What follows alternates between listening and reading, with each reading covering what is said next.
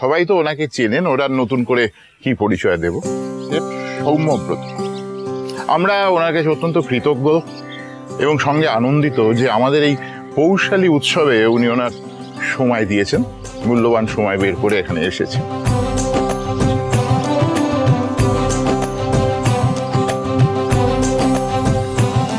আজকে উনি এই প্রত্যেকটা স্টলে ইন্ডিভিজুয়ালি ঘুরে ঘুরে সমস্ত পিঠে পুলি টেস্ট করবেন এবং তার মধ্যে যেটা বেস্ট বলে উনি মনে করবেন তাকে এই সেরার সেরা পুরস্কার নিজের হাতে প্রদান করবেন।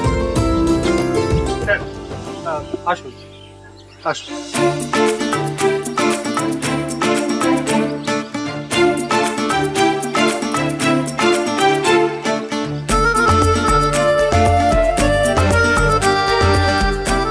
এই ফরম্যাট আমার খুব ইন্টারেস্টিং লেগেছে। শিমুলপুরা, ছাতিমপুরা আর ঝাঁঝিপুরার মহিলারা যেই ইউনিক পিঠে তৈরি করেছে সেটা টেস্ট করার জন্যে আমি উদগ্রীব। শুধু সেটা নয়, যেই পিঠে বা রেসিপি সেরা হবে সেটা জায়গা করে নেবে আমার রেস্টুরেন্টের মেনুতে, নাম এবং ক্রেডিট সহ। এবং তার সাথে ফিচার হবে বহু ফুড ফেস্টিভ্যাল।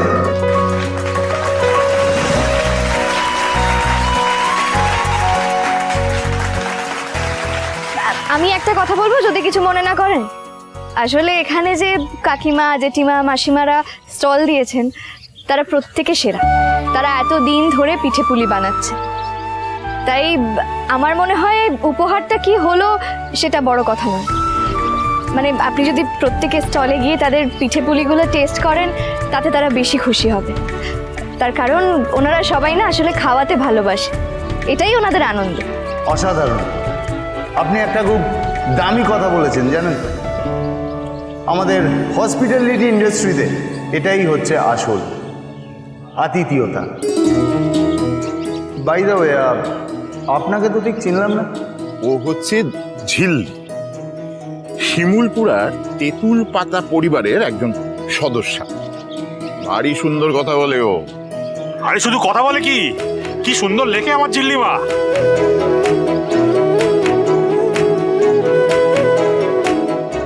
আর এই যে ছাতিমপুরার ভাইয়াজি,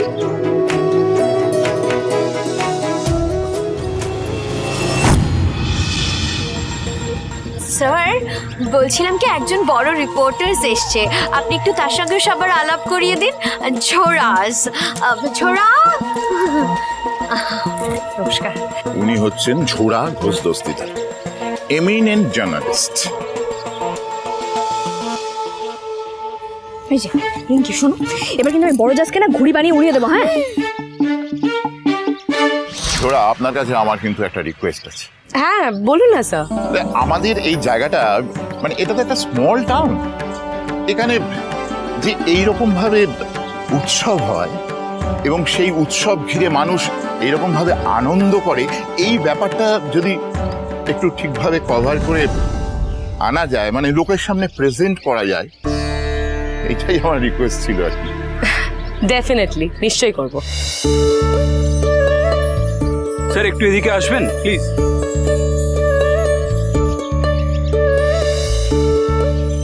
আঙ্কেল অনুদি আসবে না? হ্যাঁ হ্যাঁ আসছে, গাড়িতে আছে, নামছে, এক্ষুনি এসে যাবে। রিজুদা চলো অনুদিকে নিয়ে আসি। জিল্লি বলছে আমি গিয়ে কি করবো বলো? তুমি কি করবে মানে? বাবা চলো চলো চলো চলো চলো চলো। আর এই যে আপনি কি এখানে দাঁড়িয়ে ঘোড়া ম্যাডামের সাথে কথা বলবেন? যান না, নিজেদের স্টলে যান না।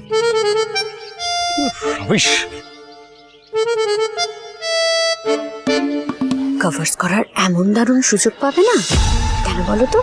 কারণ একটু পরেই না ঝিলের নাক কাটা যাবে। You just wait and watch.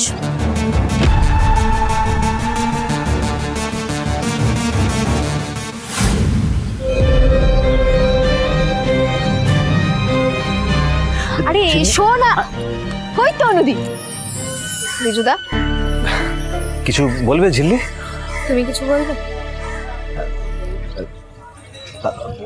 Anu school কলেজে আমার জুনিয়র ছিল, তো তখন থেকে আমরা চিনি একে অপরকে। বুঝেছি। এখন আর কিছু বলতে ইচ্ছা করছে না তো? বলো, যখন তোমার ইচ্ছে হবে তুমি তখন তোমার এই বোনটাকে বাকি কথাটা বলবে। আর শোনো, তোমাকে না হাসি খুশি মুখেই মানায়, হ্যাঁ? এখন যে মুখটা করে আছো সেটা তো একেবারে মানায় না, বুঝেছো? তোমরা এখানে, আর ওদিকে একটা বড় ডিজাস্টার হয়ে গেছে। শিগগিরই চলো।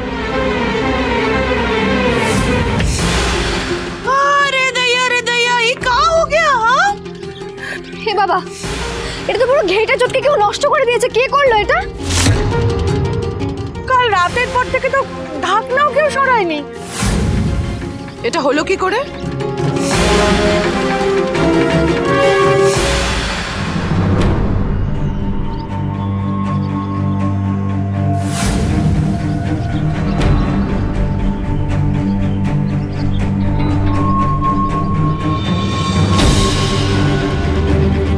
বড়জাস, এটা তোমার কাণ্ড তাই তো? যদিও বা কোনো প্রমাণ নেই, হ্যাঁ স্বীকার করলাম আমার কাণ্ড। কি করবে? তুমি জেতার জন্য এতটা নিচে নামলে বড়জাস? বেশ করেছি, বেশ করেছি। তুমি কি যেন একটা বলেছিলে না, জিতবে তো শিমুলপুরাই। নাও এবার জিতে দেখো। একটা কথা কি বলো তো, in love and wars all fierce.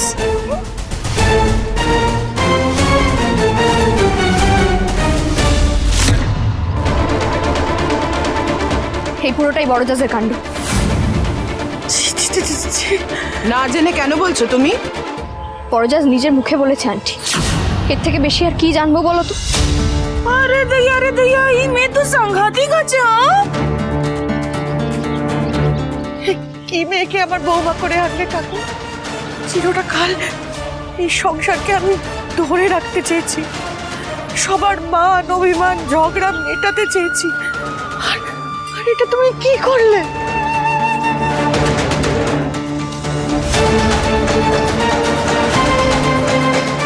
কেঁদো না বড় মা, এখন যা হওয়ার সেটাই হবে।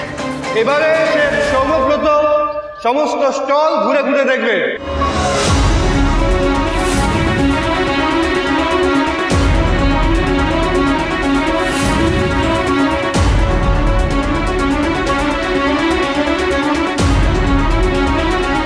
আমি বলেছিলাম আমি ওকে এই বাড়ি থেকে বের করে দেওয়া উচিত। আরে আমাদের দোকানে আগুন লাগিয়ে দেওয়ার মতো এরকম একটা জঘন্য কাজ করার পরও তোমাদের কোনো রিয়েলাইজেশন হয়নি। তো তুমি চুপ করবেন প্লিজ। চুপ করবো না আমি। তো কি করবেন এখন? বড়জাসের বিচার করবেন তাই তো? তাহলে অনুষ্ঠানটা পণ্ড হয়ে যা। আমাদের মা কাকিমাদের পরিশ্রমটা তো জলে গেছে, বাকিদেরটাও জলে যা। আপনি সেটাই চাইছেন তো?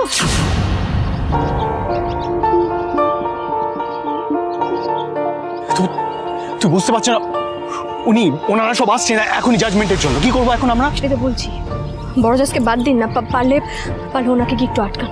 আর আটকে কি হবে চিল্লি? যা বিপদে পড়ারটা তো পড়েই গিয়েছে। এই জন্য তোমাদের বারবার বলি, এই মেয়েকে নিয়ে যা করতে যাবে তাতেই বিপদে পড়বে। অলক্ষী মেয়ে একটা। আমাকে একটা মিনিট একটু ভাবতে দেবে প্লিজ? দাঁড়াও,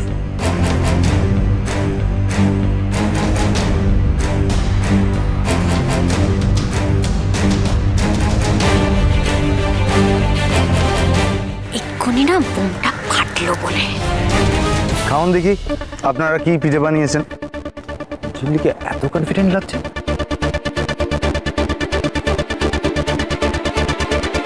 আজকে যে বাজিমাত করেছে সেটা হলো তেঁতুল পাতার গল্প বলা পিঠে। সেরার সেরা অ্যাওয়ার্ড তো জিতে নিল, কিন্তু ঘুরে উৎসবে বাজিমাত আমরাই করব। সুজনে সুজনে রয়েছে যেন